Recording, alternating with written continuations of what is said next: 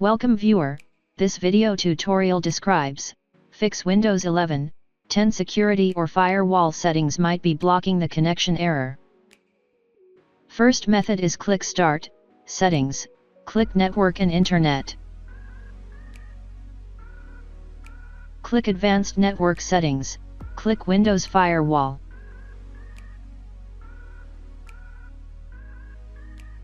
Click Restore Firewall to default.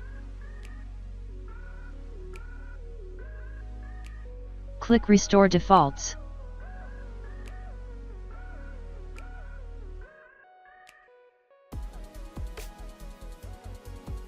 Second method is type Control Panel in Windows search bar, click Control Panel.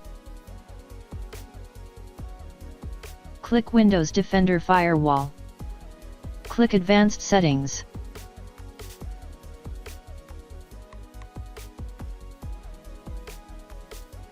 Click Restore Default Policy.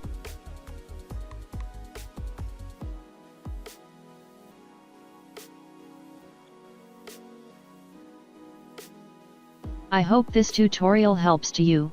Please like, share and don't forget to subscribe our channel. Thank you very much. See you next video.